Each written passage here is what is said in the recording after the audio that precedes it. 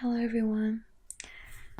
In this video I will be speaking about language revival and the absolutely fascinating case of Cornish. As we know, some languages die, and when they do, they disappear forever, and their functions are taken over by another language. Yet, it is possible for a language to actually be brought back to life again, even if it died centuries ago. Wonderful, isn't it? And before we start, you should make the difference, or at least, know the difference between language revival and language revitalization. The difference is that a language that was revitalized has not ceased to be spoken, even if it's obsolete. On the other hand, a language which was revived,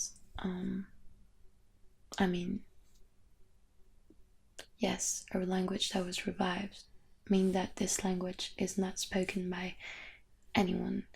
And the example that is commonly given is the example of Jersey, or Jersey is a form of Latin, which was spoken in Jersey for about 2 millennia. Anyway, the 2001 census said that about 3,000 inhabitants, which is that's 3% of the population that can still speak Jersey, to preserve its use. And since 1951, a society called l'Assemblée Jazz publishes quarterly bulletins of poems and short stories in Jerez to make sure that people keep using it. And in the case of revival, the language has no remaining speakers, which is why language revival is considered to be more challenging than language revitalization. So the main example that comes to mind when you speak about that is the case of Hebrew, as Hebrew was spoken by Jew until their removal to Babylon in 586 BC, and now it is Aramaic which has replaced it. And after the destruction of Judea in the 2nd century AD, Hebrew died as a spoken language, yet this language is still used as the formal language of prayer and can be found in many written documents from the 11th century, which proves that the language was still studied. And actually a revival of that language was suggested by the end of the 19th century to create a Hebrew speaking community, right? So this is why today Hebrew is revived, and it is spoken as a vernacular by more than 4 million inhabitants in Israel, and it is the country's official language. Now, let's focus on what really interests us, the fascinating case of Cornish. Cornish is a Celtic language spoken in the southwest of the British Isles, and even though that language died in 1777, it is spoken today. So to make it clearer, Cornish is an Indo-European language, obviously. Comes from Proto-Indo-European, and that gave Celtic, basically that gave Insular, Brythonic, and then Welsh, Cornish, Breton.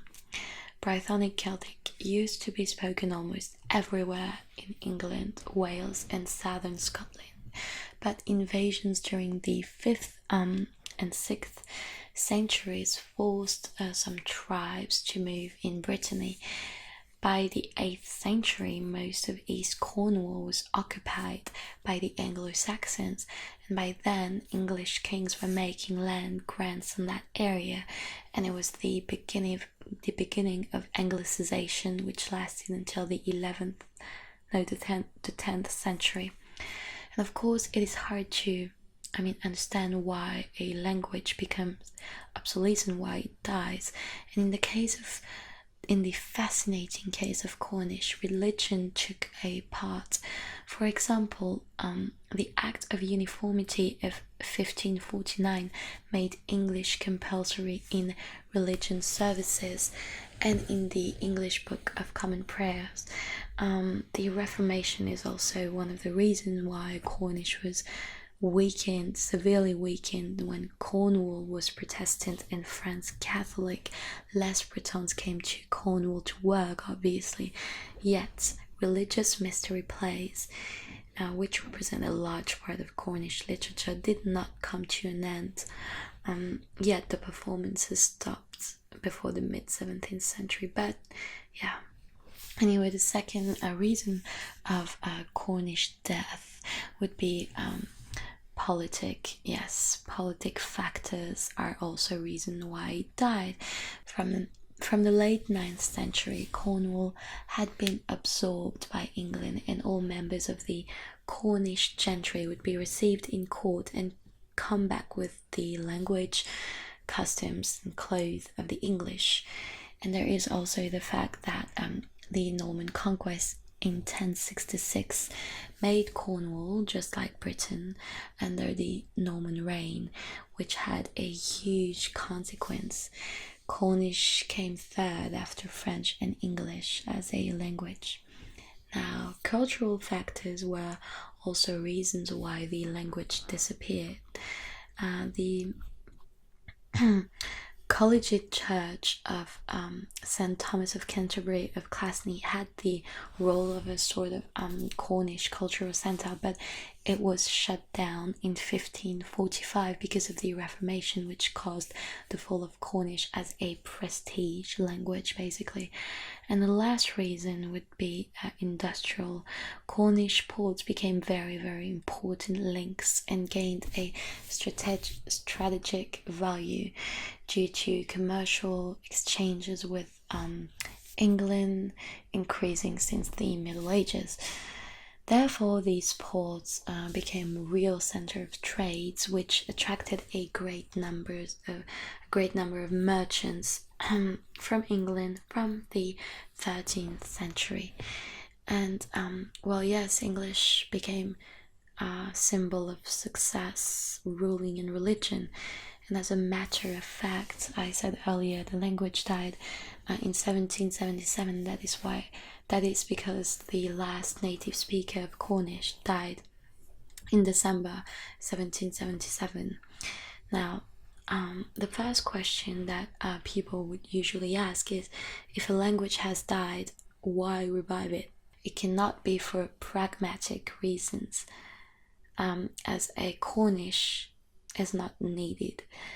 What has to be understood is that often dead languages gain some kind of symbolic function of ethnic identity.